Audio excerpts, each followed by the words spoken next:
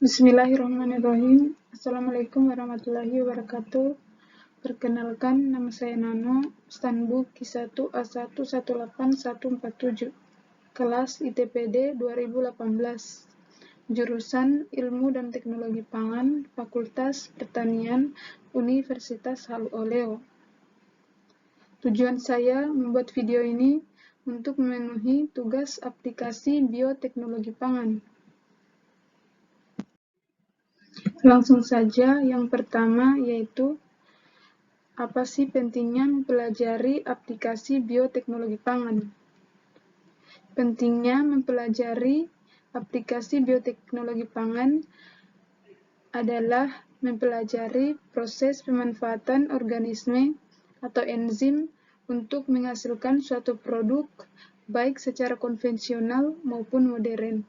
Memahami teknik rekombinasi DNA atau rekayasa genetika untuk menghasilkan strain baru yang bermanfaat bagi kepentingan manusia, memahami aplikasi dari teknologi rekombinasi DNA, serta melakukan analisis tentang keberadaan produk-produk tersebut.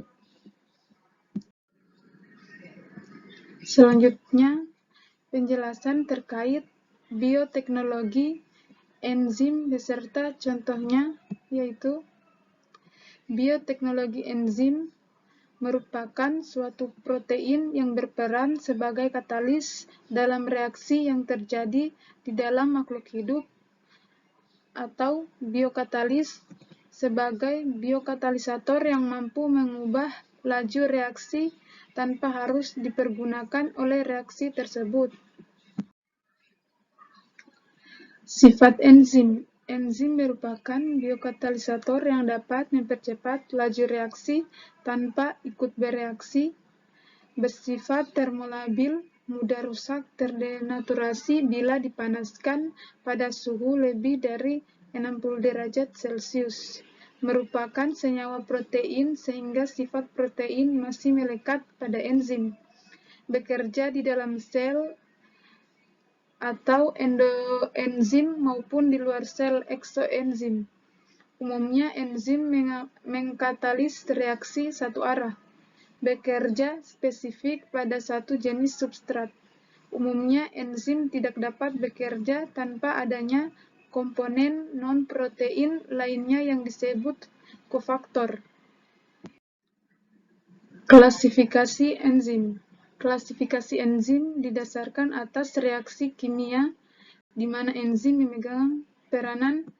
Terdapat 6 golongan, yaitu yang pertama oksireduktase, dehidrogenase, contohnya alkohol dehidrogenase, glutamat dehidrogenase, oksidase, contohnya xantin oksidase, glisin oksidase, reduktase.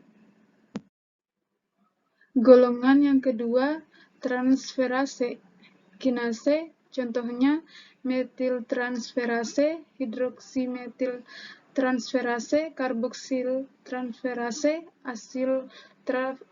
asiltransferase, aminotransferase. Golongan ketiga, hidroklase, proteinase, ribonuklease, deoksiribonuklease, lipase. Golongan yang keempat yaitu liase, contohnya pirufat, dekarboksilase, aldolase, fumart hidratase.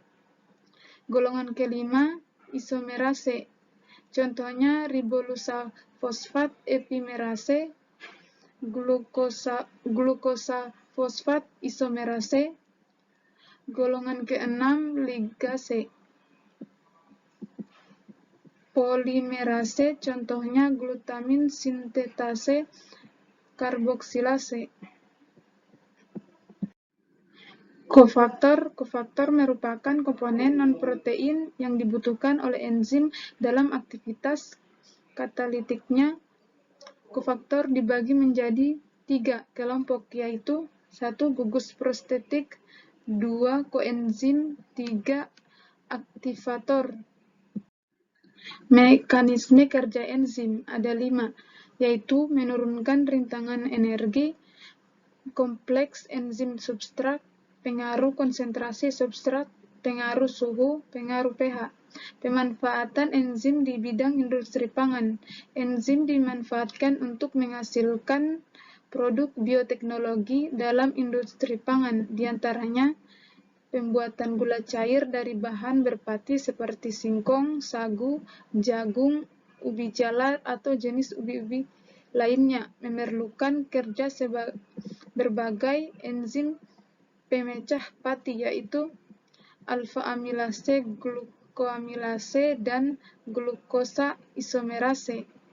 Protease dalam pembuatan bir diperlukan baik dalam tahap hidrolisis makanan protein untuk pertumbuhan ragi bir maupun dalam tahap penjernihan bir. Penambahan alfa-amilase dan protease dalam pembuatan roti dan kue akan memperbaiki tekstur roti.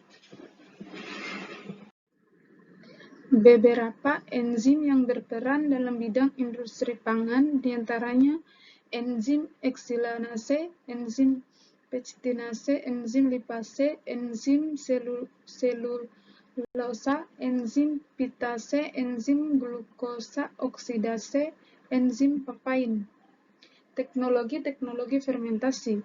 Fermentasi adalah proses yang menggunakan suatu senyawa atau substrat menjadi senyawa lain atau produk oleh adanya aktivitas mikroba. Teknologi fermentasi merupakan teknologi untuk menumbuhkan sel dalam skala besar dengan efisien yang tinggi, termasuk juga proses-proses mendapatkan produknya. Produk fermentasi komersil. 1. Fermentasi dengan produk biomasa atau sel mikroba. SCP Spirulina, Sanchorella, Spora, Penicillium roqueforti atau keju, Rhizobium sp. Simbiosis dengan tan Leguminosae, bakteri asam laktat, yogurt. Thriniensis, kristal protein insektisida. 2. Fermentasi dengan produk enzim mikroba.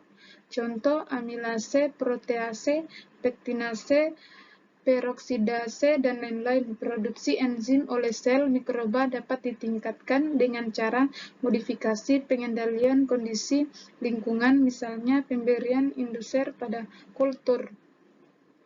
3. Fermentasi dengan produk metabolit mikroba. Metabolit primer, senyawa antara yang disintetis oleh aktivitas sel pada fase pertumbuhan, trofofase. Metabolit sekunder, senyawa yang disintetis sel setelah fase pertumbuhan, idiofase. Yang keempat, fermentasi dengan produk hasil biokonversi melalui modifikasi suatu senyawa yang ditambahkan ke dalam medium fermentasi untuk menghasilkan senyawa lain. Contoh progesteron 11-alfa hidroksiprogesteron. Tipe-tipe fermentasi: fermentasi asam laktat, fermentasi ikan dan daging, fermentasi sayuran, fermentasi serealia dan kacang-kacangan, fermentasi susu, fermentasi alkohol, fermentasi asam, fermentasi antibiotika. Bioteknologi hewan. Bioteknologi hewan adalah bioteknologi yang menggunakan agen hayati terdiri dari hewan dalam proses produksi untuk menghasilkan barang dan jasa. Penggunaan bioteknologi guna meningkatkan produksi peternakan meliputi teknologi produksi seperti inseminasi buatan, embrio transfer, kriopreservasi embrio, fertilisasi in vitro, sexing sperma maupun embrio, cloning dan splitting, rekayasa genetika seperti genome maps, marker assisted selection transgenik, identifikasi gen, konservasi molekuler, peningkatan efisiensi dan kualitas pakan seperti manipulasi mikroba, rumen, dan bioteknologi yang berkaitan dengan bidang veteriner. Penerapan bioteknologi dalam bidang peternakan antara lain 1. Inseminasi buatan. Teknik ini dikenal dengan nama kawin suntik, suatu teknik untuk memasukkan sperma yang telah dicairkan dan diproses terlebih dahulu yang berasal dari ternak jantan ke dalam saluran alat kelamin betina dengan menggunakan metode dan alat khusus. Contohnya teknik kawin suntik pada sapi. 2. Transfer embrio.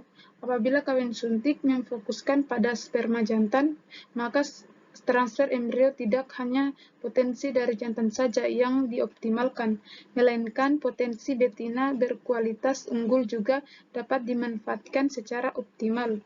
Contohnya, pada teknik transfer embrio ini, betina unggul tidak perlu bunting, tetapi hanya berfungsi menghasilkan embrio yang untuk selanjutnya bisa ditransfer pada induk titipan dengan kualitas yang tidak perlu bagus, tetapi memiliki kemampuan untuk bunting. Embrio yang didapat langsung ditransfer ke dalam sapi resipien atau dibekukan untuk disimpan dan ditransfer pada waktu lain. Yang ketiga, transplantasi nukleus atau bisa disebut cloning. Teknologi ini lebih dikenal dengan teknologi cloning, yaitu teknologi yang digunakan untuk menghasilkan individu duplikasi atau mirip dengan induknya. Contohnya, cloning pada hewan. Cloning hewan adalah proses di mana seluruh organisme diproduksi dari sel yang diambil dari organisme induk sehingga menghasilkan keturunan yang secara genetik identik. Yang keempat, genetic engineering, rekayasa genetika. Rekayasa genetika atau rekombinasi DNA merupakan kumpulan teknik-teknik eksperimental yang memungkinkan peneliti untuk mengisolasi, mengidentifikasi, dan melipat gandakan suatu fragmen dari materi genetika DNA dalam bentuk murninya. Contohnya, domba transgenik yang menghasilkan susu untuk menolong penderita hemofilia dengan cara menyuntingkan fragmen DNA secara mikro ke dalam sel telur yang telah mengalami perubahan.